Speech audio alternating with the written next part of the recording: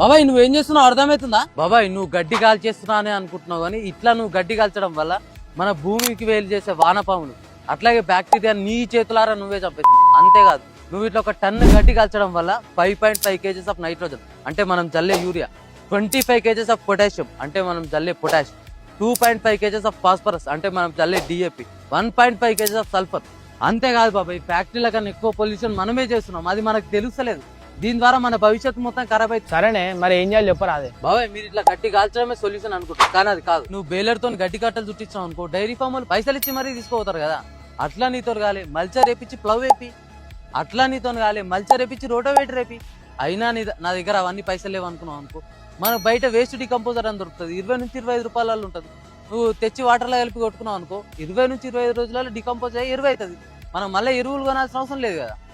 దయచేసి ఈ రీల్ ప్రతి రైతుకు షేర్ చేసేలా చూడండి. చాలా మంది రైతులు తెలిసి తెలియక చాలా మిస్టేక్ చేస్తారు.